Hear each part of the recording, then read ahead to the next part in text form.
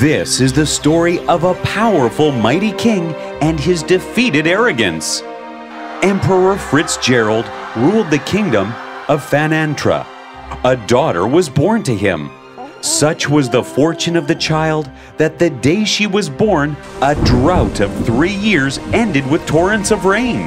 The best crop ever in the kingdom stood in the fields. Miners discovered a mine of unlimited gold, and good news came to all in the kingdom from their friends and family abroad. The child was special, and her good tidings were noticed not just by the king and his people, but also with the fairies who came to the palace to bless the newborn. Hail the Grand Fairy of Goodness! You, my child, will be of a heart that loves all beings and throbs with compassion and kindness. Here comes the Fairy of Inspiration to bless our princess. Oh, good princess, the purest will inspire you. You will write poetry as you look at the sun and stars, and music in rhythm of flowing streams and singing birds. Please welcome, with honor, the fairy godmother of good sense. You shall be wise. You will choose compassion over revenge, learning over success, and happiness over ego. And finally, hail the exalted fairy of rare treasures. Every drop of tear you shed shall turn to pearl. The king sneered at the fairy of rare treasures' words. What kind of a blessing is that? It is a blessing, mighty king. Accept it with grace. My daughter has brought happiness to all of my kingdom. Why will she ever need to cry? And if she does, she has gold and precious gems aplenty. She does not need pearls. Oh, king, a king who is arrogant brings only ruin to his people and his kingdom. Pride is the enemy of goodness and wisdom. You are insulting a gift given in pure intention. But shouldn't the gift itself be worthy of respect? You want proof that this gift is respectable? Very well then. When your daughter is 16, she shall get lost in the forest, and then only the tears from her eyes that fall as pearls will lead you to her. The fairies disappeared from the court and left behind them a deathly silence. But the arrogant king was still unmoved. With an army as mighty as mine, no child of the kingdom, much less the princess herself, can ever get lost in our forests. There is no need for anyone to panic. Let the celebrations begin! The princess grew up, and true to the blessings of the fairies, she was noble, compassionate. She loved nature, wrote poems inspired by the sun and stars, created music inspired by gurgling rivers and singing birds. She was an ace horse rider and loved to trek in the mountains and forests. A happy, good-natured, lively child, she was the delight of her kingdom. And before anyone realized, she had grown up to be 16. On her 16th birthday, "Ah, my dear, what would you like from me on your birthday?" Father, just one thing. Let me go to the forest today, please. I told you no.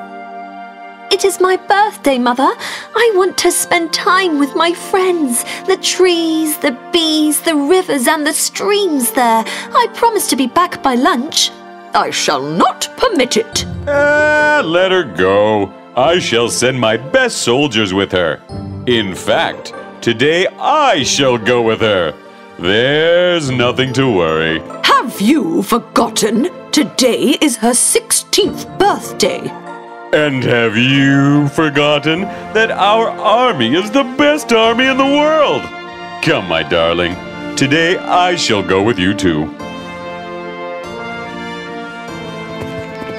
We leave the king and princess to their fate in the forest and travel further in time.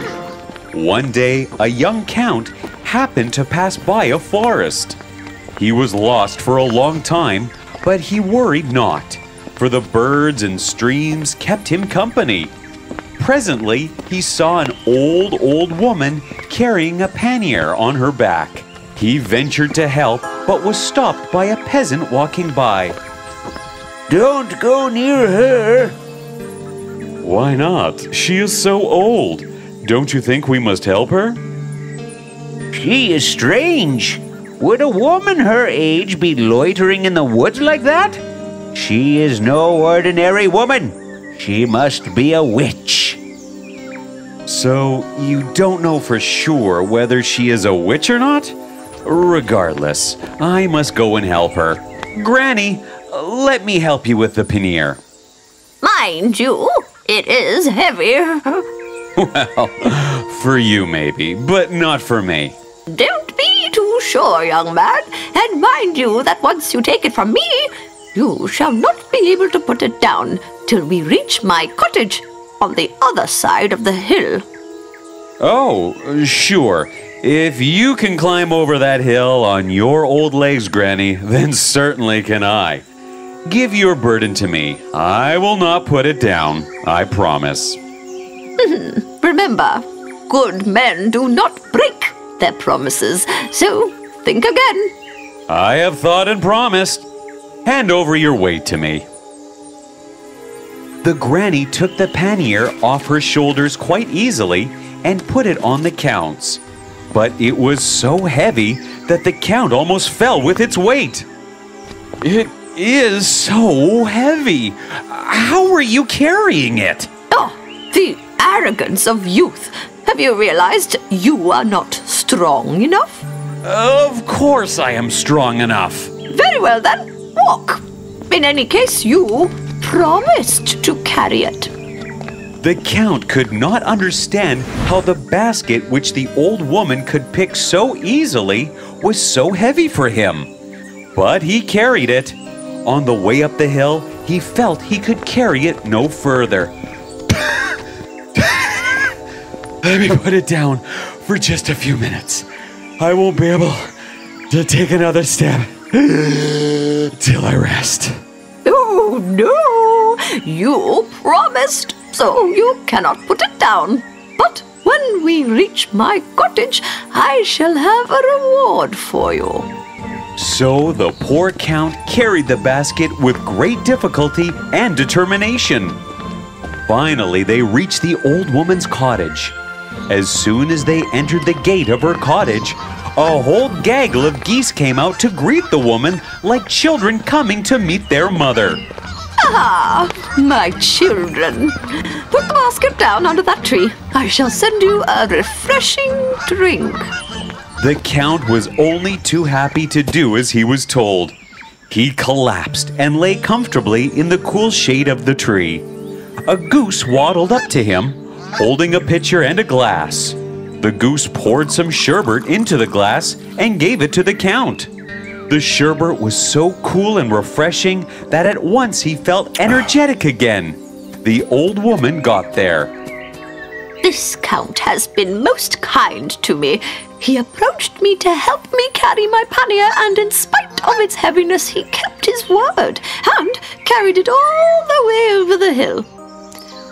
Young man, you now deserve your reward. Granny, I was arrogant and proud of my strength. You have taught me a valuable lesson in humility. That is enough reward for me. Well, I promised you something, and like you, I too must keep my word. Take this. This will bring you luck. The count took the emerald book, thanked the old woman, and left the cottage. After days of being lost in the forest, he finally came to a city. He sought audience with the king in the hope of getting some work with the royal palace. Your Highness, I am a learned man, and I could be of service to you if you would please agree to test my skills. As a humble gift, I offer you this, my most prized possession. Father,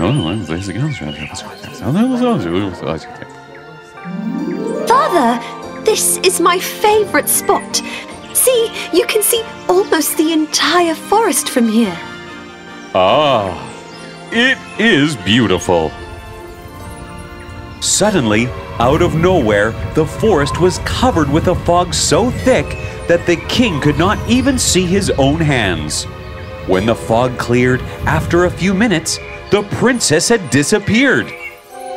My daughter! My princess! Where are you? Where are you? This is the fairy's blessing, the pearl that my daughter's tears would change into. Where did you find it? Who gave you this book? Tell me, have you seen her? Where is she? I have been looking for my daughter for 3 years. Not a clue have I found of her. Your Highness, I do not know where the princess is, but I can take you to the old woman who gave me this book.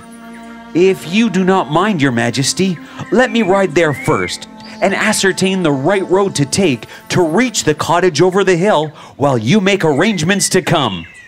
Take my best horse and leave right away. We shall not be far behind.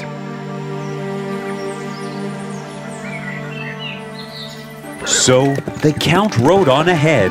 It was dark by the time he reached the forest. Back in the old woman's cottage... My child, the moon is out. Go to the river.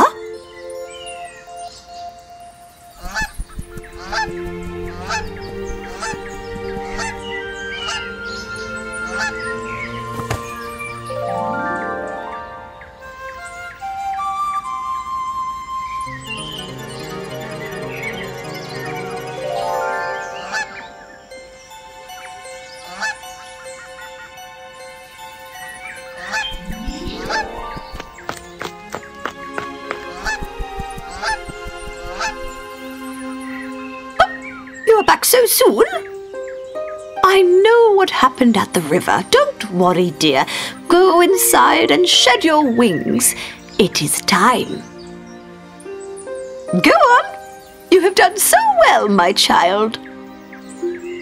As the princess turned goose went inside the cottage, the Count reached there, and so did the king and the queen. I saw the princess come here. She had turned into a goose, but now she is back. Here she is, Your Highness. What led you here to your daughter?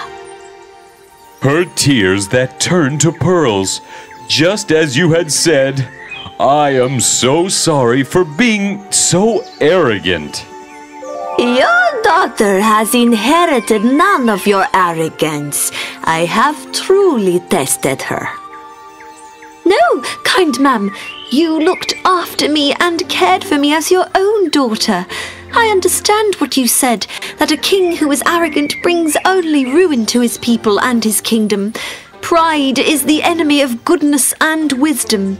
This lesson was necessary for all of us. You are truly a beautiful soul, princess. I am sorry, O king, that you had to learn such a bitter lesson. But an arrogant king can bring only ruin to his people. Pride is the enemy of goodness and wisdom. I understand now. Your rare treasure was not the pearls of tears, but the wisdom and the lesson you brought to us. Thank you. I must leave. I bless you that you will never find reasons to cry.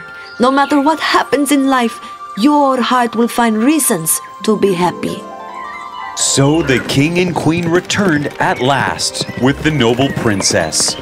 The count was appointed as courtier in the royal court, and he and the princess became wonderful friends, spending hours together, doing good for the people of the kingdom, much to the delight of the proud king and queen. The kingdom became a place of peace, prosperity, and joy. But the king never allowed himself to become proud again.